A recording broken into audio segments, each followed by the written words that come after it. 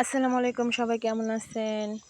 তো আমার পুকুরে যে মাছগুলো অর্ডার ছিল ২ মণ তেলাপিয়া, এর আগে ১ মণ দিয়ে গেছে। তো আজকে দুপুরে ওনারা আর ১ মণ মাছ নিয়ে আসছে। দেখেন পুকুরে ছেড়ে দেওয়া হবে এখন। দেখতে পাচ্ছেন একদম ছোট ছোট তেলাপিয়াগুলি। তো অলরেডি টোটাল আপনার ১.৫ মণ বাটা মাছ এবং ২ মণ ১০ কেজি তেলাপিয়া মাছ পুকুরে ছেড়ে দিলাম। দেখেন মাছগুলো, এটা হয়েছে হাইব্রিড তেলাপিয়া। যেহেতু আমি মাছ চাষের সঙ্গে জড়িত, কেউ কখনো কোনো কিছু শিখে আসে না। একটা জিনিসের সাথে চলাফেরা করতে করতে অনেক কিছু শেখা যায়।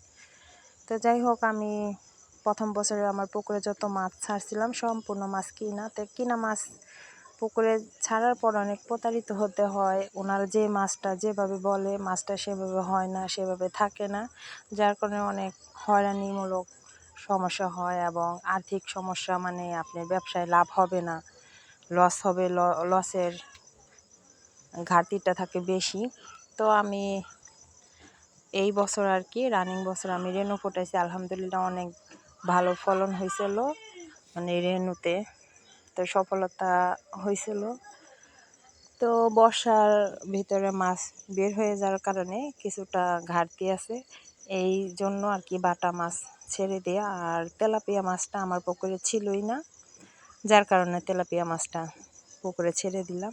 তো এখন এই মাছগুলি বড় হবে, আমরা এর ভিতরে আর কোনো মাছ ছাড়া হবে না, অন্য পর্যন্ত আমরা অপেক্ষা করব। তারপরে আপনার এর ভিতরে যদি মাছ ধরা হয়, জাল টান দেওয়া হয়, সেটা আপনাদের সঙ্গে শেয়ার করব।